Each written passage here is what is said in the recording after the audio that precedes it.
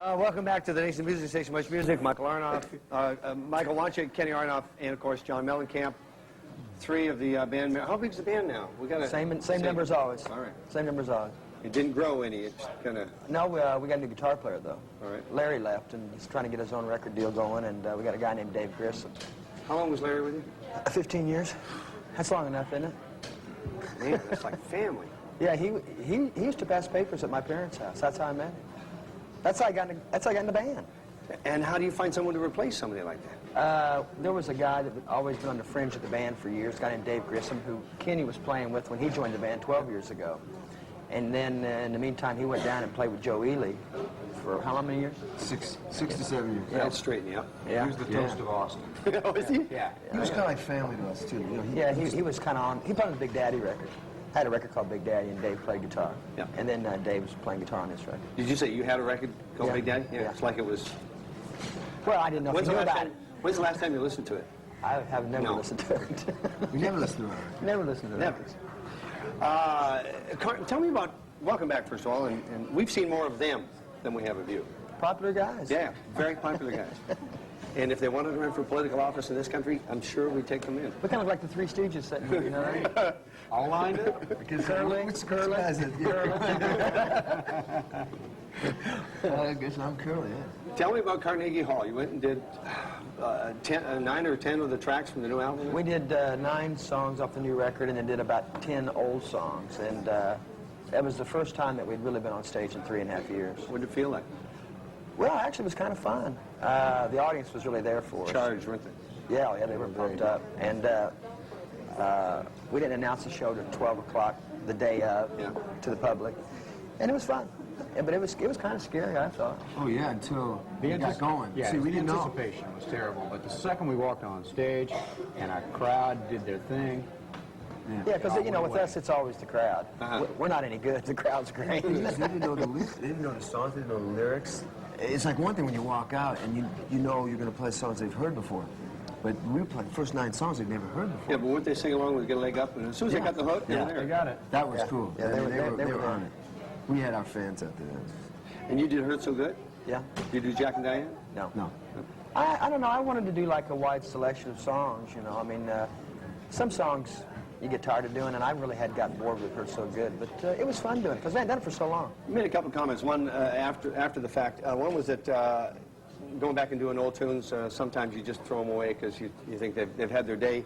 And you see, I can imagine if I'd only had 1 or 2 hit records, but you got 20 plus out there, so you have lots to choose from. Yeah, I'm a lucky guy. You know, we're a real lucky bunch of guys having that many hit records. Because, you know, we never really planned on that. I made a record called Nothing Matters What If It Did, and I thought that was it for me. You know? I told these guys, well, I better go get a straight job, you know. Go get your day job, because this is my last record, and my contract was up with the record company. And I really wasn't that particularly interested in going on, you know. I thought, well, hell, I've made 3 albums, that's enough. Good point. Yeah, Little 14 albums later. Yeah. Is it 14? Something like that. It's up there. I don't know. How many records is it? Mike looks like an old woman in the monitor. What did I do? What did I do? What do I look like? There you go. Now, Old Michael, woman. I was talking about that. Mike, we know from producing Sue Medley. Working with Sue Medley, working with Glenn Stace. A little bit. And hopefully you'll return to do encores. Yeah, well, let's hope so. Yeah. Yeah, that was good. It worked out real well, and you know, we were really surprised that. Of course, I wasn't surprised, but no, I knew it did really well. I mean, what was it? 4 top 10 singles up here? Yeah. Something like that. Good Got the videos. June Awarders. Was that She got All that Promising stuff. Artist of the Year. All that stuff. And you, I'm telling you, this guy is, shot, isn't he? big time. Rock God. Rock God. I'm kind of a... Where's your spandex pants? Well, it's I'm on a drum order. whore. They call me drum whore, but I'm not really. You crossed a lot of paths. We'll get to that as well. Let's, you still don't like videos? No great love? Or you get, now, we'll talk about being a director, but now that you're a director, now that you've gone through that experience, can you now maybe appreciate some of the videos around you, or maybe something that you've shot down the pike? Paper and Fire. Well, what do you mean? Well, I don't know what you're asking me, really. You didn't exactly embrace videos. No, I still don't like them very much. But, you know, they're part of it. You know, a lot of guys' careers have been made on videos, and videos have helped my career quite a bit, you know. But what do you do on the damn things? You know what I'm saying? We've done it. You know, it's the same thing. The only thing I can figure out to do is just do a live performance, you know. I mean, I don't really know what to do anymore with them because there's just so many of them, and everybody's got them now. And I made my first video, nobody ever heard of that. I made a video, I started making videos in '76, and the record company in the United States used to go, what are you going to do with these damn things? Well, I don't know, they want them in Europe. So I don't know. It's hard to keep being creative with this stuff. Right? Yeah, I've kind of given that up. I mean, you know, everyone's got a pretty girl, and a lot of, you know, it's the same. It's not to look the same. I had a guy tell me that. He said, you know, more chicks in your videos. Oh, no. Yeah, I was on the beach in South Carolina, and the guy said, well, you got to have more girls in your videos. That's great. And I That's thought all we about it. need. I thought about it. I thought, well, maybe he's right, you know. Young guys like looking at girls. I don't know. That's why I play your videos. Because there's no girls There's in no it. babes. Okay, let's play Paper and Fire, and we'll regroup and organize. We'll talk about other things as well. This is John Mellencamp, Paper and Fire, from Lonesome Jubilee on Much Music in Stereo. The new album is called Whenever We Wanted. Try some today. It's real good, and it has your artwork in it. Those are all my paintings, yeah. The reason why we got to see you so much and you got so many projects accomplished in the time that you did was because you took your time to paint. Is that how that worked? Yeah, I painted, tried to learn how to paint in the last 3 years. Had you ever painted? Did you doodle? Oh, yeah, I used to draw pictures of naked girls and stuff when I was in high school. Ooh, yeah, Sure, well, didn't we all? Yeah. See, and I didn't know it could evolve into anything other than that. Great place to start. And what did it evolve into? Well, it evolved into me getting up every morning at 7 o'clock and painting till dark. An every day. obsession. Yes, absolutely. It filled the void that rock and roll had given me for years. You know, when we were kids, I used to, you know, spend every dime on records and, you know, finding out about rock and roll. I mean, when I was a little kid, playing the bands. And then all of a sudden I discovered art, you know, painting, and it was the same thing, you know. Where did you discover it? Well, Was there a moment where a shaft of light came down on you? No, I had this girlfriend, and she said, John, you should paint more. She saw some paintings I'd done when I was a kid, you know. I thought, well, yeah, I'm not doing that now, so might as well. But that's really the way it started, very casually. You know, I didn't start out going, okay, I'm going to learn how to paint. It was very casual, and then next thing I know, I'm in it. You know, I'm doing it every day. And I do it every day. Did anything, you know, painting is a very solitary experience. As is songwriting, did anything transfer over from one to the other? It's all the same. It's all the same thing. Painting, songwriting, directing movies, acting in movies, it's all the same thing. I like the same thing about all of them, and that is the creating of the song, the paint. I don't even give a shit I don't even care if the painting turns out. You know what I'm saying? I just enjoy being in the moment with the painting and the canvas and oil. Well, we're not going to see a Mellencamp retrospective, I assume. Of what? The work. Oh, the you going to let paintings? it out and let people... No, I've had 2 or 3 shows. Okay, good. Yeah, I usually just give them away, but I've had 2 or 3 shows. I just had a show close in Hilton, South Carolina. Okay. Did you say anything? Did you see his work? And Yeah. Is he touchy? Can you actually say? We've been monitoring his development for several years now. It sounds like we're shrinks or something. You know, John's a really good painter. Yeah, it's great. It's amazing what's- watching the transitions. You know what's interesting is that, like, you know, because I don't know specifics about whether a brush stroke is good or not, but there's definitely something alive. When you look at the painting, something's happening there. You know, I mean, that's what art should be. That's the basic. And you don't use brushes. You're using... No. I started out with using palette knives and painting these great big huge paintings, but as time goes on, I realize that a painting only needs to be about this big, and trying to find reality. Because I don't really paint from models. I paint from my imagination, and I'm painting more of a feeling than I am a person. Just so happens that the person's face and that's what I paint as portraits. So did they color the songs, whether subliminally or not? The songs were written in between paintings, or while I was painting. I'd be Would painting. you step back from a painting and... Oh yeah, go write a song. Oh yeah, yeah, good sure. deal. Yeah, I mean, I'd be in the middle of painting going, oh yeah, I just love it, my work. And I had a guitar in my art studio, and I'd go and pick up the guitar and write, and if it was going well, I'd finish it. And if it wasn't, to hell with it, you know, I'd go back to the painting. I didn't put any pressure on myself to write these songs. It was just like, oh, it might make a good song. So if it went well, I finished. If it didn't, I went back to the painting. That was a cool approach, because, see, like, when you didn't have painting, you don't mind me saying this? No. It's okay. When you didn't have painting, it was like, there was that pressure of like, well, I gotta write the song, I gotta finish it, I gotta do it, I gotta finish it no matter what. And that, you know, is a different type of... Yeah, it was like a discipline thing. Discipline thing, yeah. Now you just, instead of, how'd you say it the other day? Instead of picking 100 apples and getting 25 good ones, now he just picked the 25 good ones. Yeah, I just wrote what I thought was going well. Is there anger in the paintings? Absolutely. Gee. Absolutely. Okay. What's he like to work for? No, you wouldn't. You wouldn't tell me that, would you? Yeah, I can tell you what. We're making another movie that's going to come out maybe in about 2 years, and it's going to be what an awful guy John Mellencamp was. Oh, come on, John. Yeah. Benevolent dictator. Yeah. It's going to be, we're going to tell the truth on ourselves. Okay. I think we're going to try to make the ultimate, for us, you know, there's been one rock movie made in the history of rock and roll, and that was Seasucker Blues by the Rolling Stones. Okay. All the rest of them have been pretenders. We want to try to be able Nobody to... ever got to see that one.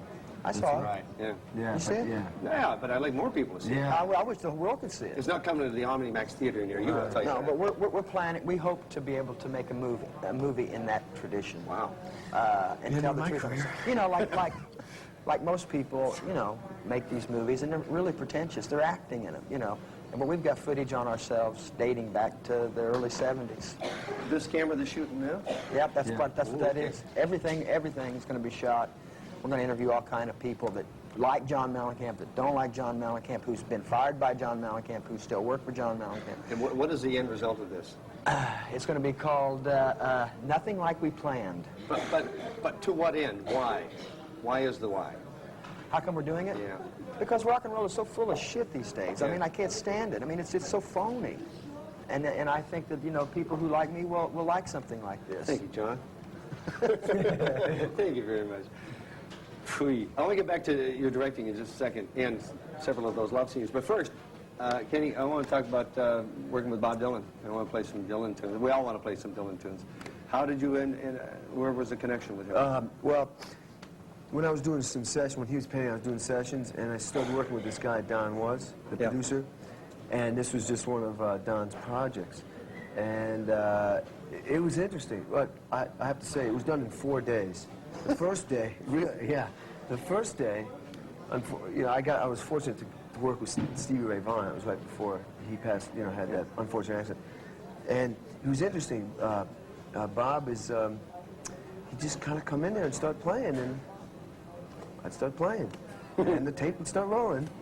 That's one song. Did he know you were going to be there? Yeah, he did. He was really nice. He walked in the studio the first day. Well, because that's what he did. But you know what? That's what he did. They wouldn't tell him who was going to be in the studio with him. That's right. Yeah. Don Was, he's right. I know what he's saying, because Don Was says, will you give me the songs? Bob says no. So Don said, okay, well, I'm not going to tell you who's playing. That's right. But he did. Walk in, it'd be a new band. And every day it was a new band. Except that he didn't know I was going to do it. When I directed Dylan in the video, the only thing he was interested in was, do I look stupid? No, Bob, you don't look stupid. I don't care what you do, John, just don't make me look stupid. Okay, Bob, you don't look stupid. No pressure. You know what's cool? He'd walk in there, and he'd have glasses on, baseball hat, hooded sweatshirt. This is what I was looking at. Hey, he ate dinner at my house 2 nights in a row and looked just like me. He did. He never did change his clothes or anything. It was cool. He's you know, like he's the real deal, you know what I'm saying? He's the real deal. Yeah. All the rest of us pretending. Yeah. Should we play a couple? What did we agree on, John? Political world. Political world, and Most of the time. most of the time. That video, see, I didn't play on that. I did the video, but I didn't play on the track. It was weird. You had me do the Only one. They have to pick one. Okay. You have to pick one. Which one? video. He picks it. I don't care. Huh? You got a quarter? Political world. Political world? Oh, yeah, he says it because he's in it. He's in it. That's why he No, you roll it. We'll watch it. Yeah, whatever you This is roll. Bob Dylan. On Much Music. Not personal, okay. There's two of you guys who are in political. So remember, try some today. John Mellencamp, the brand new one. Just out. 40. What did you do for your birthday? You were 40 two nights ago. What did you do? I had a Anything? long birthday this year since I was out on the road doing this promotional stuff. Everywhere I went, I got a cake. You know? Aren't you supposed to take stock? In what? I don't know. Take stock in what? Did you give him a present? No, these guys never give me. I gave him a gave him a special- Swisher Sweet cigar. Yeah, he went to smoke a cigar on the plane. Oh, yeah. This little teeny jet, we're going to he's going to smoke a cigar. Yeah, right. It's not every day, man. We did it. We put together a little album. 40 of his closest friends put together an album where we wrote some of a memorable experience, which of Some course, of them are fun. which was very difficult. We Oh, tried yeah. to think over 12 years what was the most memorable experience. So we put together this album, and you know. he And gave for me- you, what was your most memorable? Oh man, No, eh? you got me on the spot. I'm nervous. No, I can't remember. It's like, you know, I lost my hair. I lost my hair. That's a memorable experience. I joined this band, I had hair on my head. Now I don't have any hair. I look in the mirror, I see the memory every day. I think Mellencamp. It kind of sped up when I joined this band. You, Michael? I didn't know where to start. I mean, it runs gamut from life to death, you know. But actually, for me, He liked it when I gave him money. That's what he liked. I like that. That's true. I should have said that. God damn it, Really, one of the coolest things that I've ever done with John was we went to the Cincinnati Bengals and the 49ers Super Bowl. And it was really, for me, football fan, it was about the highlight of my life. I thought you were going to mention the time when you knocked him out with the guitar in the head. Another time when you broke his shoulder. He did. This guy has broken my shoulder, has knocked me out on stage. On stage. I thought that'd be Stitches American. right here. Yeah, that would. If anybody ever did that to you, that's what I'd do. Is it possible for you to even narrow down to one incident that really kind of captured the last 16 albums for you? Is there a moment on stage or in the studio or somewhere? Kind of, yeah. I mean, there's a huge rock critic in the United States, but I won't mention his name. I know. Yeah, and he never liked my records, and maybe they weren't worth liking, I don't know. Then all of a sudden I did a record called Scarecrow, and he wrote this big, huge article about, but there were only 2 songwriters in the world, and I was one of them. I won't say who the other one was.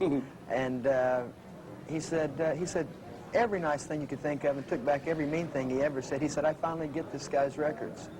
And he said, you know, John Mellencamp tries to be fun-loving on one hand, and on the other hand, he tries to tell us the woes of the world, and that's a damn hard thing for a person to do in a rock song in 3.5 minutes, and I get it. And to me, that was maybe the highlight of my career. Can we stay there for just a second? Because that is true. It is to make him groove, make him sing with you, and tell him something at the same time is a juggle, is a three-ball juggle. Yeah, and sometimes you don't hit, and sometimes you do, you know.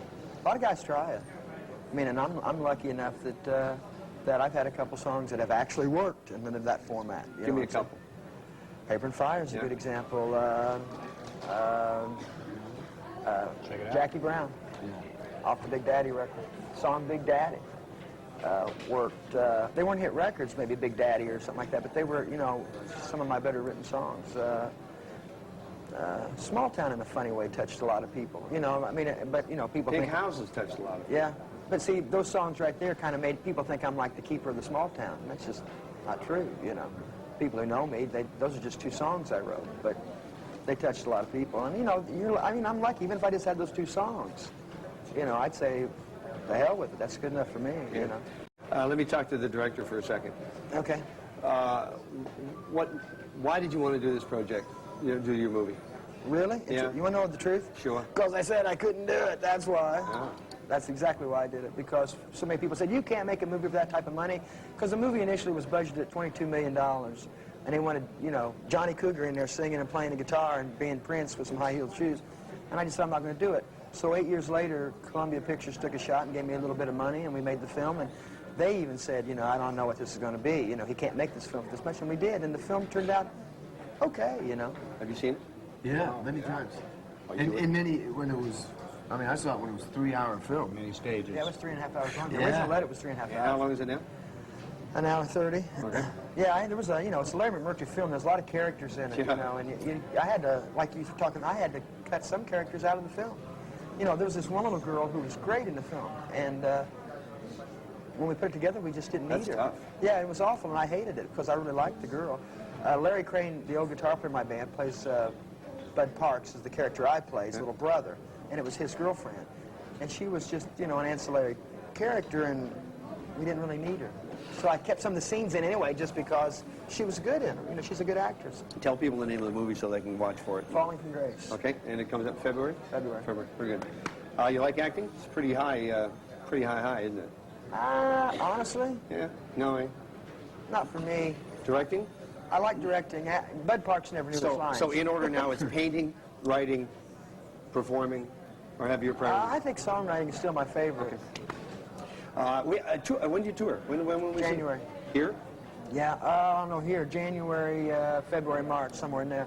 Oh, we're going to be on tour for a long time. You guys will be sick as that damn Mellencamp and his guys are playing in town again. Get them out of here. You got to go. Hopefully, you get some Sue Medley time. Let's hope. Yep. You just. I'm making him stay at home. Oh, jeez. I got a few. I'm squeezing in a few more. You know. He's jonesing out. Right? That's the problem. You got a great band, and everybody wants a little piece of them. Yeah, well, that's good, though, you know. I mean, I think that's great. Honestly, these guys have propped me up for a long time with some of the not-so-good songs. The music pulled it through. Okay. We got to get out of here. We'll play the latest video, which includes your painting, of course. And, Loot, this is the highest honor we can bestow upon you folks. We ask you to wear these on shirts. These Oh, cool. Shirts and sweaters. And we'd give you Jay's caps, but we have, in fact, MuchMusic caps. Thank you very much. Thank you very much. The highest honor we can bestow upon Well, you. now this looks like I got a full. John Mellencamp, check out the new album and try some today, won't you? At your local record retailer. Thank you so much. Have a good day. Yeah, right.